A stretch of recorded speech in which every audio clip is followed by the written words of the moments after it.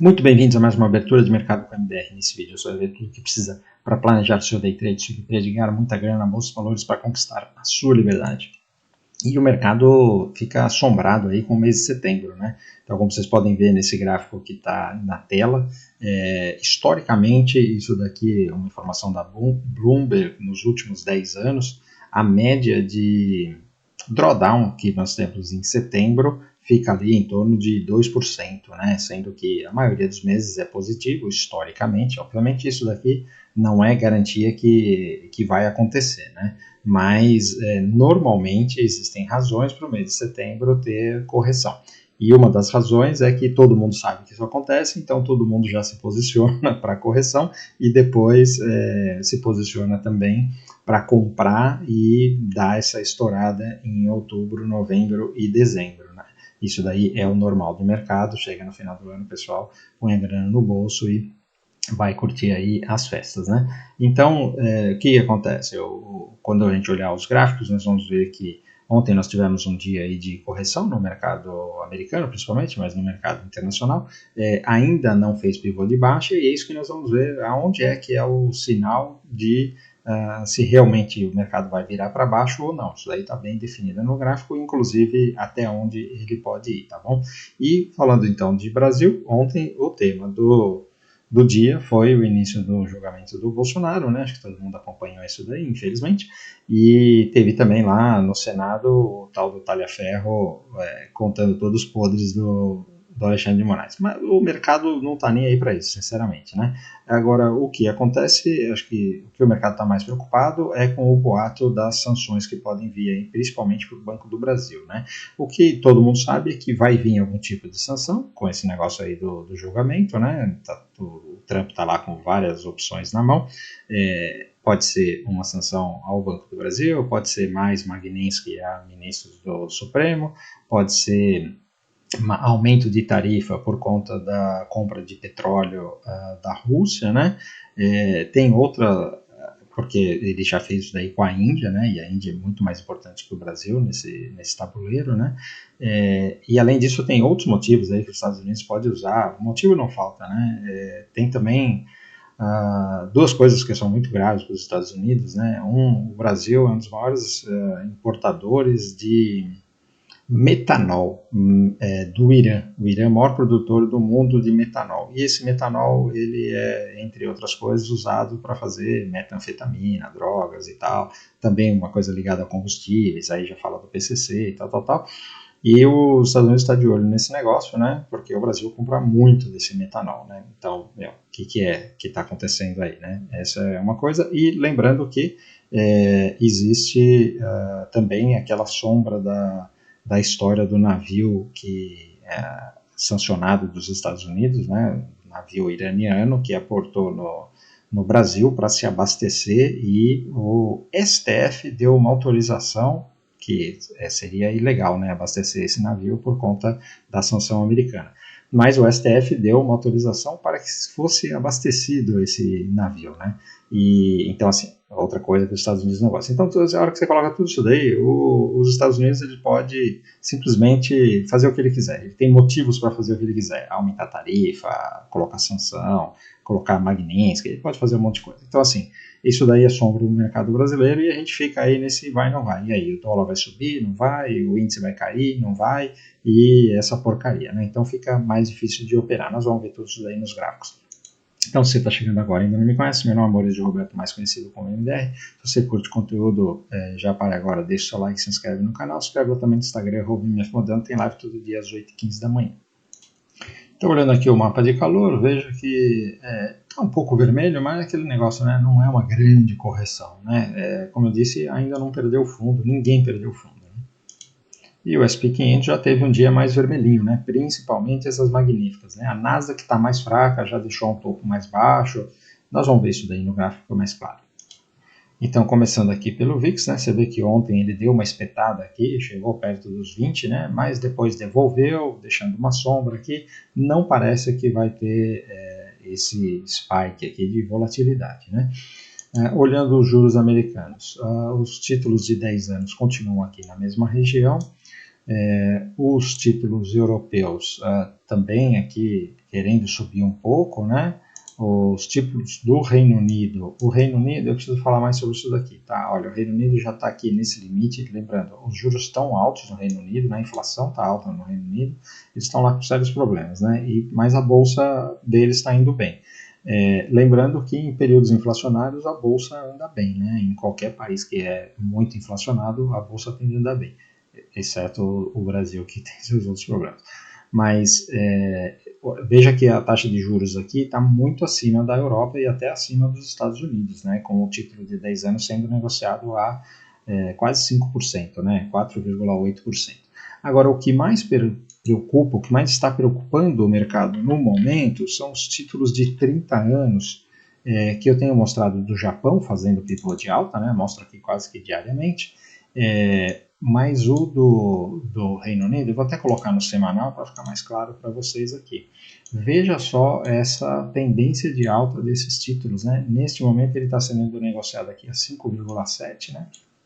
E acabou de fazer um pivô de alta aqui, mais um pivô de alta, né? Então, o que o mercado está falando é que, e o Banco Central, todos os bancos centrais do mundo estão cortando juros, né? Inclusive o do Reino Unido.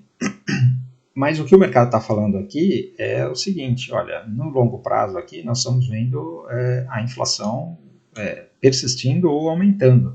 Então, por isso que eles estão comprando títulos aliás, comprando títulos não, né? Vendendo esses títulos e os juros estão subindo, né? Porque isso daí funciona ao contrário. Se você tem uma grande demanda por títulos, os juros tendem a cair, é oferta e demanda, né?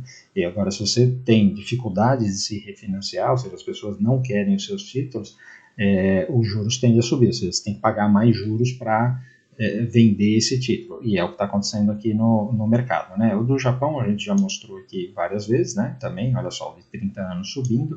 O dos Estados Unidos ainda está razoavelmente controlado, mas a qualquer momento também pode romper. Olha só, a estrutura desse negócio aqui é para romper, né? Nós temos aqui um triângulo ascendente e isso pode romper a qualquer momento, né?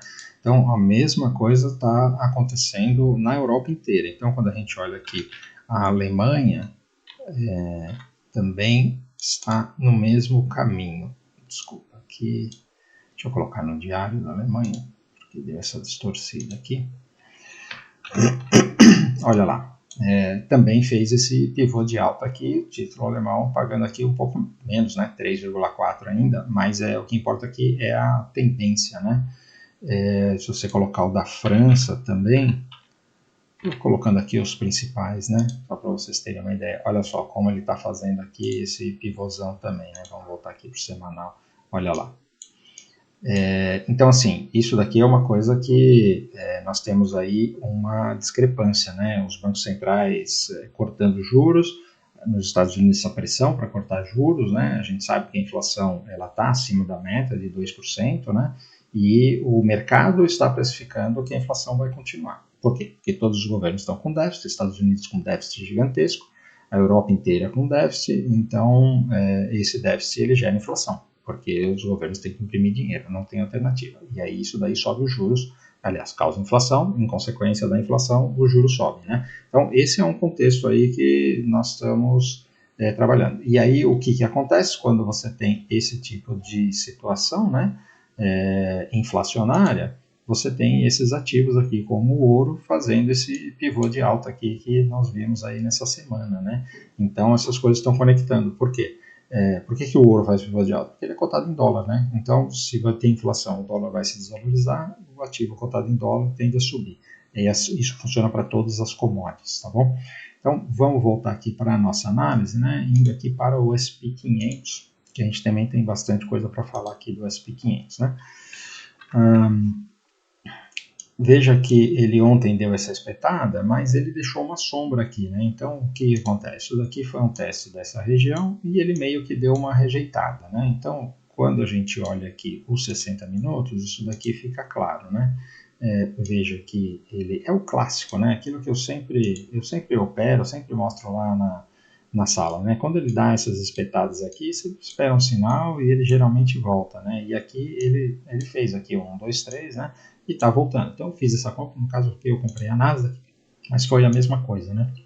Mesma configuração aqui. Agora eu estou de olho aqui nesse Fibonacci da Nasdaq para ver se ele vai parar aqui e vai virar para baixo ou se ele vai conseguir vencer e continuar, né? Então para isso eu vou apertar o meu stop.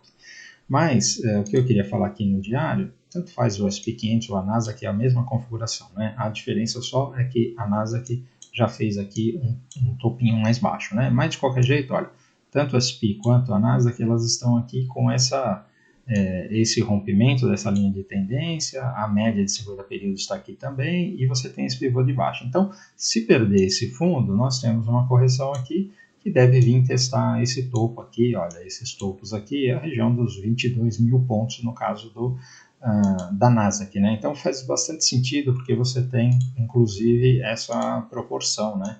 Você tem aqui esse retângulo, você projetando ele aqui para baixo, fica essa simetria, faz sentido.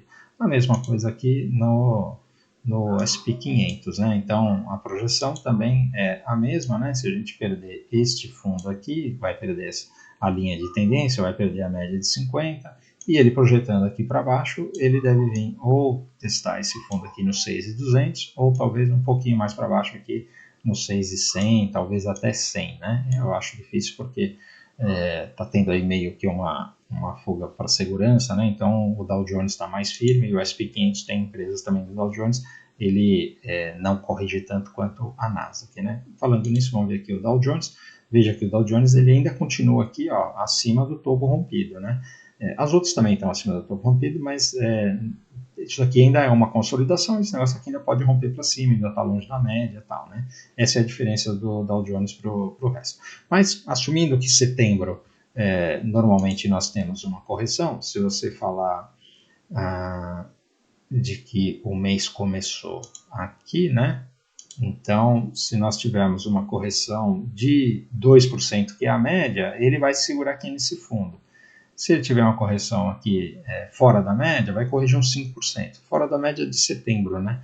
Mas uma correção de 5% é muito natural no mercado, então faria até sentido aqui para pegar um embalo para o final do ano, né? Lembrando, o mercado funciona desse jeito, né? O pessoal manipula ele, quem são as grandes tesourarias com grande dinheiro, eles dão aquela manipuladinha para você pegar então, vamos supor, se eles estão comprados aqui de baixo, eles realizam bastante lucro aqui, isso aqui pressiona o preço para baixo, e depois eles compram mais nessa região aqui para fazer o resultado do final do ano. É muito comum isso daqui, tá? Falando aqui do Russell 2000, ele ainda está se segurando bem, né? Então, veja que em termos de topos e fundos, ele está mais forte do que o resto do mercado, né? Surpreendente. Indo para a Europa, nós temos aqui a Alemanha, que apesar de ter este fundo aqui que não deveria perder, né, nós ainda temos aqui este outro fundo, né? Então, enquanto estiver dentro dessa consolidação, o que não pode é perder esse fundo. Aí a gente está falando de uma coisa mais grave, né? Enquanto ele estiver dentro dessa consolidação, essa região aqui de fundo, inclusive, é zona de compra, né? Porque a tendência é de alta. O Reino Unido ainda continua nessa correção aqui. Hoje está fazendo uma reaçãozinha, mas ontem foi um dia pesado, né? Ele pode corrigir mais também, né? Mesma coisa. A França, ontem teve um dia pesado, hoje já está aqui no meio do caminho. A Espanha ainda está corrigindo, pode corrigir um pouquinho mais. E a Itália já chegou aqui nesse suporte, né, importante, e está fazendo uma reaçãozinha, né? Vamos ver se ela consegue se segurar daqui, né? Então, lembrando, turma, o mercado pode corrigir, mas ainda não... De novo, ele tem a região clara ali, onde ele precisa perder para realmente ter uma correção um pouco maior. E nada de assustador, tá? Simplesmente correção natural de mercado numa tendência de alta. A China está consolidada aqui. O Japão ainda continua na sua correção, nesse pullback aqui, né? Mercados emergentes, consolidado como a China. O nosso EWZ, veja que está complicado, né? Rompeu para cima, aí voltou, está aqui no meio do caminho. Isso aqui é uma bagunça, né? Reflete bem a situação do Brasil. O petróleo, olha, está subindo um pouco, né? Então, essa história aí de sancionar Irã, Rússia, Irã, China se reunindo, aliás, Índia, China e Rússia se reuniram aí para se juntar, meio que olha, Estados Unidos, nós estamos aqui e vamos se juntar contra vocês e tal. Então, nada disso daqui é bom para o petróleo, né? E aí o petróleo reagiu um pouquinho para cima. Ele pode subir e voltar aqui para os 74, 75, tá? O minério de ferro continua na mesma região. O cobre ainda... ontem ele fez um dia positivo, né? O problema disso daqui é que ele ainda continua com essa configuração aqui de bandeira de baixa, né? Então essa compra ainda não é confiável, né? Mas se ele seguir o resto dos metais, ele deve subir. Falando do ouro, ontem teve mais um dia espetacular, né? Então o ouro já cotado acima dos 3.500 dólares, né? Isso daqui é só compra, lembrando, se o mercado der uma corrigida, o ouro normalmente corrige junto, tá? Então ele pode vir fazer um pullback aqui, mas isso daqui é só oportunidade para você comprar mais, tá? Esse rompimento já está feito, tá? Sacramentado, né? Ele só vai desconfigurar se por acaso ele perdeu 3.300, pouco provável. A prata, a mesma coisa também, já fez o rompimento aqui, pode até fazer pullback e tal, mas é só compra na prata, né? E a platina também, ela é uma tendência de alta forte, né? Se romper aqui tem mais compra, estou deixando um stopzinho aqui porque é pullback nesse rompimento, né? Então, isso daqui tudo corrobora com aquela história que eu falei dos juros e da inflação, né? O DXY também ontem fez um dia de alta aqui por causa dessa tensão, essa história aí de essa reunião que os caras estão fazendo aí, meio que para se juntar contra os Estados Unidos, né? Então, mas de qualquer jeito ele está aqui na mesma região, não tem nada para se preocupar por enquanto, né? E o Bitcoin, olha, ontem ele fez aqui um movimento, deixa eu apagar isso daqui, ele fez aqui um movimento importante, né? Então, assim, você pode escolher, né? Você pode comprar aqui já no 112 ou você pode esperar ele romper aqui essa barra vermelha, né?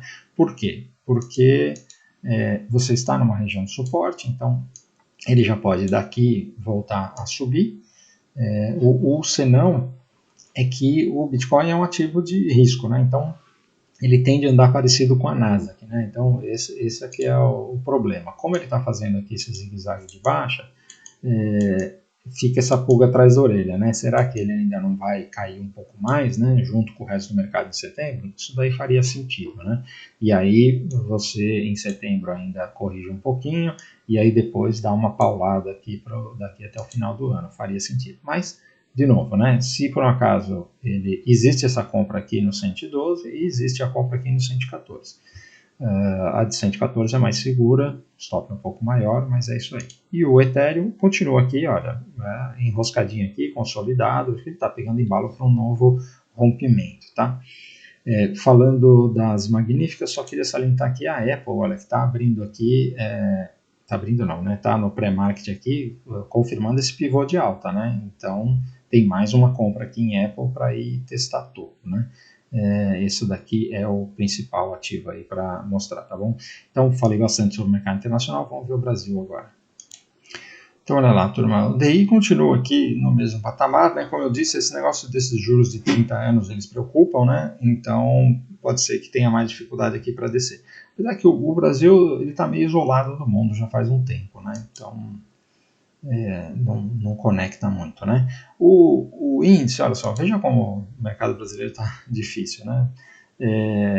Gap, Doji, isso daqui é pura indefinição, né? Se você se pegar simplesmente na teoria de Dow, o que você tem aqui, né? Que ele veio fazer um teste do fundo, se segurou, fez um pivô de alta e aqui está fazendo um pullback, né? Então esse negócio aqui é uma região de suporte e se ele conseguir se segurar aqui, é compra, né? Por mais incrível que pareça, é isso daqui que está desenhado, né? Por outro lado, nós temos aqui esse topo e aqui marcou um topo mais baixo, né? Então, assim, se ele perder o fundo aqui, ele pode voltar a testar fundo, um negócio mais catastrófico do tipo sanção dos Estados Unidos, essas coisas que podem vir a qualquer momento, né? Então, realmente está complicado se posicionar. Eu não estou posicionado, normalmente eu fico posicionado no índice para swing trade, tá? Quando ele pega direção para cima ou para baixo, eu me posiciono. No momento, eu não estou posicionado porque realmente está difícil de saber isso daqui, né? Então, veja só. Quando você olha aqui, os 60 minutos, você tem essas retrações de Fibonacci que seguraram o preço. Então, você pode falar que isso daqui, ele vai fazer isso daqui e vai subir, né? Essa é uma visão, né? Dado que ele vem fazendo isso daqui, né? Então, essa visão tá ok. A outra visão é o seguinte, olha, já fez topo aqui, aí veio, fez pivô de baixa aqui, isso daqui foi um pullback e esse negócio vai cair. Então, nesse cenário tem venda aqui, principalmente se perder aqui. Então, tá as duas coisas no radar, né? Na dúvida, não faça nada, tá? Se você tem dúvida, e para mim o mercado está duvidoso, tá? Então, espera, porque tem bolsa todo dia, quando o mercado ficar claro, você faz sua operação, tá? Lá na sala, a gente tem mais experiência, né? Tem uma malemolência, a gente lida melhor com os riscos com stop e você consegue fazer as coisas. Mas se você está começando, cuidado, né? O dólar é a mesma coisa que o índice, né? Você vê aqui, ele está numa tendência de baixa, né? Então deveria ser só venda, mas aqui ele fez um pivôzinho, deixou um doji, né? Veio testar isso daqui, e aí tanto está na mesa aqui a alta quanto a baixa, né? Por quê? Quando você olha aqui essa estrutura, o que ele fez? Olha, aqui ele deixou um fundo mais alto, veio aqui deixou um fundo mais alto, rompeu. Então, os 60 minutos virou para baixo. Isso aqui foi um pullback e ele pode continuar para cima. Tá? Ok. Mesma coisa que eu falei do índice. O outro jeito de ver é esse negócio aqui está numa estrutura de baixa, né? Então você tem topo mais baixo, isso daqui é um topo mais baixo, ele perdeu o fundo aqui, pode ter venda, inclusive, para perder esse fundo. Então, tá duvidoso, né? Por que está duvidoso? Ó, esse negócio aqui é uma bagunça, né? Então, na bagunça você tem que se defender, você não tem que ficar exposto, tá bom? Cuidado. As small caps, também bagunçada, não vou nem perder tempo com isso. O Itaú, por enquanto aqui, ele rompeu o topo histórico, está fazendo um pullback, se ele fizer pivô de alta, tem compra, lembrando sempre que se tiver sanção no Banco do Brasil, todos os bancos vão dar uma chacoalhada, né? O Bradesco, se romper topo aqui, tem compra, tecnicamente. A Sambi, se romper topo, tem compra, mas ao mesmo tempo você tem esse topo, isso daqui é um topo mais baixo, se perder o fundo aqui, daria venda. Essa é a ambiguidade do momento no mercado, né? O Banco do Brasil, não preciso nem falar, né? Ontem ele abriu com gap por causa do zoom, e esse negócio aqui pode realmente acionar essa bandeira de baixa. Isso aqui, tecnicamente, está muito claro, né? Ele fez uma pernada aqui de baixo, que está numa bandeira de baixo, se ele perder esse fundo aqui, ele vai embora, né? O problema é que pode ir com gap, então cuidado com o Banco do Brasil. A Vale continua bagunçada e a Petrobras também continua bagunçada, tá? Então, turma, isso daí, o mercado americano está internacional está mais claro, né? Então nós estamos num momento de correção. O tamanho da correção vai depender se ele vai perder fundo ou não. Se ele perder fundo, a gente sabe o que tem que fazer. No mercado brasileiro está bem conturbado e não é à toa, né? Então nós temos aí julgamentos de Bolsonaro, Trump no cangote, pessoal falando que o Trump morreu, tem um monte de coisa, né? Então no Brasil, muito cuidado, porque a gente não está aqui para arriscar o patrimônio, porque é muito difícil ganhar dinheiro, tá bom? Então se você ficou até aqui e curtiu o conteúdo, por favor, antes de ir embora, deixa seu like, se ainda não é inscrito, considere se inscrever no canal, se inscreve lá também no Instagram, @mfmodelo, tem live todos os dias 8h15 da manhã. Se quiser operar com a gente no MetaDX, tem link na descrição do vídeo.